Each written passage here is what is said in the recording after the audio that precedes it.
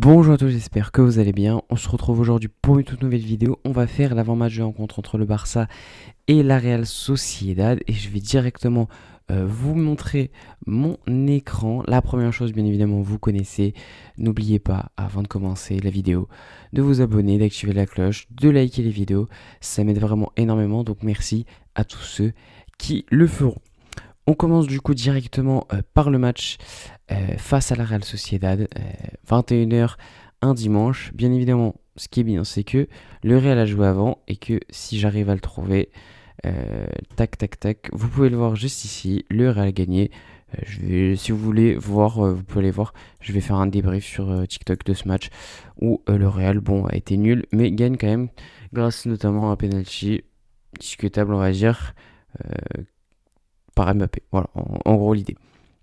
La Real Sociedad, en ce moment ça va beaucoup mieux pour eux quand même, ils sont remontés à la 12e place. Je crois que sur SofaScore ça me permet, voilà, je peux voir le tracker de classement. Vous voyez qu'à un moment quand même ils étaient 7e, hein. Enfin ils étaient 18-19e, donc c'était vraiment cataclysmique. Là récemment, vous voyez, tac, ils sont un peu descendus, mais là ça remonte. Ça remonte, voilà, je crois qu'ils sont à la 12e place aujourd'hui. Ils ont enchaîné quelques victoires, Osasuna, Retafe.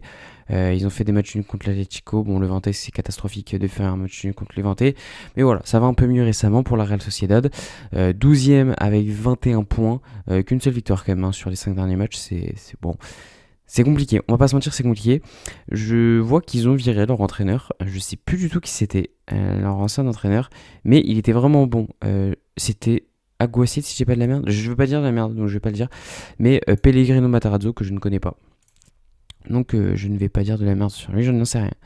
Ensuite, au niveau de leur effectif, c'est Alex Remiro, leur titulaire. Plutôt un bon gardien de Liga, rien à dire de plus. Ensuite, Audrey Ozzola en défense, un ancien du Real. Sinon, El Ustondo, plutôt bon de tête. J'aime bien aussi Zubeldia. Zubeldia est très très bon par contre, titulaire. Et Khaled Tachar qui a joué notamment à l'OL. Voilà, dans les plus connus. Ensuite au milieu, c'est bien parce qu'ils me mettent à chaque fois les défenses, enfin les attaquants gauche et les ailiers droits et les ailiers gauche en défenseur, c'est qui est incroyable. Carlos Soler, qu'on connaît bien en Liga, qui est passé aussi par Wolverhampton, le PSG, etc. Bryce Mendes, plutôt bon, très bon même, très très bon joueur. Torientes, lui je vais pas me forcer à le prononcer, mais il est bon aussi, gros truc.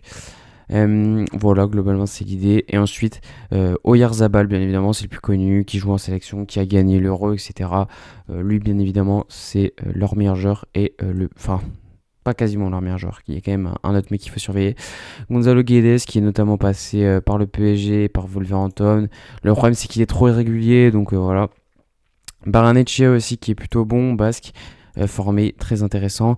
Et pour moi, le plus dangereux, c'est bien évidemment Takefusa Kubo. Je ne comprends même pas comment le frérot est encore chez la Real Sociedad. Pour être 100% honnête, je ne comprends pas. Chaque année, je me demande qu'est-ce qu'il fout là encore. Bon, il veut pas bouger, c'est tant pis pour lui.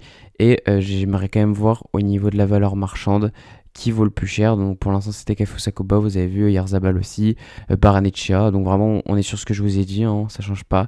Bryce Mendes, Goro Truc, je vous l'ai dit, voilà. Arambaro, c'est vrai, je l'ai pas vu, mais Arambaro plutôt intéressant aussi également. Zubeldia, voilà. Alex Remiro. Donc voilà, on est vraiment sur ce que j'ai dit. Au niveau des meilleurs joueurs, on est meilleur buteur Yarzabal, très très prévisible. Bryce Mendes, Gonzalo Guedes. Et au niveau des passes décisives, Takefusa Kubo et Barrenetxea, Oyarzabal. Donc vraiment, on est sur du prévisible de fou, rien de spécial à ce niveau-là. Au niveau des statistiques, on est sur du 1,3 buts marqués par match, 24 buts marqués en 19 matchs et 27 encaissés en 19 matchs, ce qui nous fait 1,4 encaissés. Donc une équipe qui je trouve encaisse quand même beaucoup, c'est pas non plus une dinguerie mais ça encaisse pas mal et ça met pas non plus pas mal de buts, ça encaisse plus que ça met de buts, ça veut tout dire en général. Pour avoir vu la Real Sociedad quelques fois cette saison, je trouve quand même que c'est une équipe qui a du mal à mettre en place son jeu, c'est ni offensif ni défensif, je trouve que vraiment ça a juste du mal et c'est plutôt intéressant pour nous. Parce que je suis désolé, mais pour moi, la Real Sociedad ces dernières années, c'était l'une des équipes les plus dangereuses à jouer et notamment qui proposait un beau football. Et là, cette année, c'est pas du tout le cas. Et je pense que c'est dû au fait tout simplement qu'ils aient vendu leurs joueurs. Après, je peux pas dire que c'est vrai ou pas, hein, mais je pense que ça a quand même un lien de cause à effet. Au niveau des matchs, je ne sais pas s'ils ont fait des grosses performances. On peut déjà notamment citer le nul contre l'Atlético, qui reste quand même assez intéressant. Ensuite, franchement, je vois pas grand-chose pour être 100% honnête. Je me souviens qu'on les avait battus 2-1 à l'arrache. Ouais, non, globalement, il n'y a pas quelque chose d'intéressant au niveau de leur performance. Je vais finir avec les H2H, donc les confrontations directes. On est à 8-2. Voilà. Donc je pense, sans trop vouloir m'avancer, que toutes leurs victoires sont à domicile. Donc voilà, il y en a une qui sont à domicile. Ah non, il y en a peut-être une, c'est chez nous, c'est à la dernière journée de Liga. Ouais, voilà, c'est ça, la dernière journée de Liga qu'on n'a pas joué. C'est avec le titre de Xavi en 2022-2023. Voilà, donc voilà. Sinon, on a toujours gagné, donc ok, ça confirme ce que je disais. Sur le Barça, sur le match, moi, ce qui m'intéresse, déjà, je pense que ça va être un match assez difficile en vrai parce qu'on est à l'extérieur. C'est quelque chose qui est important avec la Real Sociedad. On est à l'extérieur. En ce moment, ils reviennent plutôt bien. Bon, tu les joues chez eux, ils reviennent plutôt bien. C'est toujours dangereux, hein, la Real Sociedad chez eux. Donc moi, ce que je trouve important sur le match déjà, c'est faire attention au début de match. À l'entame de match, ça peut être très important parce que prendre un but dès le début, c'est notre spécialité et j'aimerais éviter ça. Voilà, rentrer tranquillement. Je dis pas mettre un but dès le début, franchement, c'est toujours compliqué. Je pense qu'ils vont nous mettre une vraie pression. On connaît le public, etc. Il n'y a pas de problème. Par contre, moi, ce que j'attends, c'est voilà, une entame de match sérieuse, sans prendre de but. Peut-être ne pas en mettre. Si on en met, c'est génial. Mais voilà. Faire une entame de match sérieuse et ne pas encaisser, c'est le plus important. Ensuite, qui va être important aussi à la Real Sociedad, forcément, l'efficacité. Mais s'il vous plaît, parce que eux, dès qu'ils ont ils auront une action, ils vont mettre un but. Ça, c'est clair et net. Là, regardez leur effectif. Oyarzabal, très efficace. Takefusa Kubo joue très très vite. Il va très très vite. Donc ça, dans le dos, avec notre ligne ultra haute, ça va faire très très mal. Donc ouais, l'efficacité et attention à domicile, etc. Sinon, je pense que quand même que ça nous reste un match très abordable.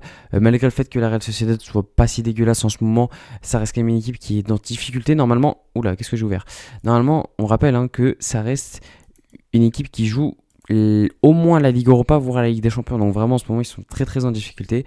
Donc pour moi, même si on les joue pas au meilleur moment, on reste largement supérieur et je m'attends quand même à une victoire, on va pas se mentir. Ensuite, quelques petites actualités quand même. La première, c'est forcément celle-là. Rafinha se rendra à San Sebastián et sera disponible contre la Real Sociedad et pourrait jouer si Hansi Flick le jeu nécessaire. Alors, je pense que clairement, on ne doit pas le faire jouer. On a Rashford pour ça, mais vous le verrez de toute façon sur le 11 idéal, on a Rashford pour ça. C'est-à-dire que si là, on met pas Rashford, je ne comprends pas à quoi sert Rashford. Tout simplement, Rafinha n'a pas... il peut jouer factuellement, mais il n'a pas fait toute la séance... avec l'entraînement, avec les joueurs d'entraînement. Donc c'est pour ça que pour moi, voilà, on doit tranquillement le mettre sur le banc. Si on a besoin, on le fait rentrer 30 minutes. Et si on n'a pas besoin de mettre un mieux, il pourra se reposer. Mais l'important, voilà, c'est qu'il puisse se reposer et surtout ne pas se blesser parce qu'au final, si tu te blesses, tu l'as encore moins et c'est juste pire. Donc autant juste le mettre sur le banc face à la Real Sociedad. Normalement, on n'a pas besoin de lui pour les battre. Et voilà.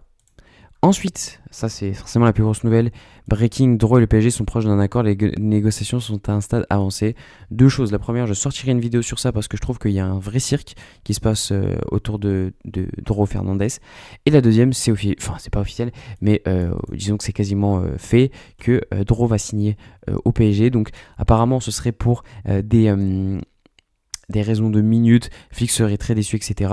Il y a un truc que je comprends pas, c'est comment tu vas aller au PSG, enfin comment tu vas avoir des minutes et tu vas au PSG. Certes, le PSG a moins de ressources, disons qualitatives et quantitatives à ton poste, c'est réel, mais par contre, dire que tu vas plus jouer, pour moi, c'est une hérésie. En tout cas, voilà.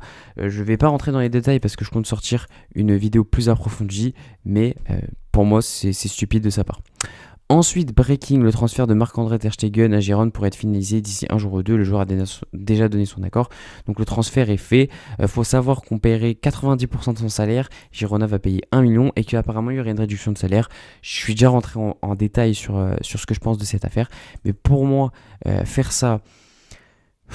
Je souffle très très fort parce que dans le sens où là on lui permet juste d'aller jouer sa coupe du monde de con, nous on gagne que 1 million, c'est très très peu. Alors on gagne peut-être un peu plus avec la réduction s'il y en a vraiment une, parce qu'à mon avis il n'y en a même pas, mais bon c'est pas grave. On lui permet de jouer la coupe du monde, on lui permet de jouer tout court et on aura toujours le problème la saison prochaine, ce qui me dérange quand même pas mal, on va pas se mentir. Enfin, la dernière actualité, breaking, l'Atlético de Madrid s'intéresse à Marc Casado et Marc Bernal. Pour Marc Casado, je suis contre, hormis une offre de 40 millions, parce que pour moi, on le garde. Ça serait stupide de le vendre à l'Atlético, parce que c'est renforcé quand même. je vais pas dire un concurrent direct, mais vous avez compris ce que je veux dire. On les connaît, hein, les joueurs qui n'ont aucune, entre guillemets, aucune importance. Enfin, entre grosses guillemets d'ailleurs, hein, parce que Marc Casado joue quand même pas mal de minutes au Barça, et qui nous mettent un triplé et qui vont chercher un titre. Hein. Luis Suarez, on s'en souvient très bien.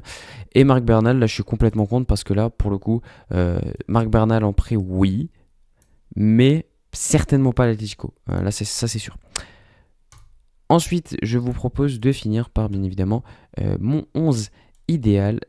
Tac, ça c'était la composition du coup face à Racing Santander. J'ai pas fait des briefs parce que moi la coupe ça m'intéresse pas, en tout cas pas les premiers tours, parce que je considère que je ne prends jamais au sérieux ce que je vois, et ça se confirme à chaque fois, chaque année. C'est pour ça que je ne fais jamais de débriefs faits d'avant-match. Les avant-matchs, des fois je les fais, mais voilà. Au niveau de la composition, bien évidemment, le GOAT, Eric Garcia qui revient en défense, ça c'est logique. Je ne ferai pas commencer Joao Cancelo, je laisse Baldé et Koundé, même si à un moment, c'est sûr à 100% qu'il va falloir les faire tourner, les frères. Ça, c'est évident.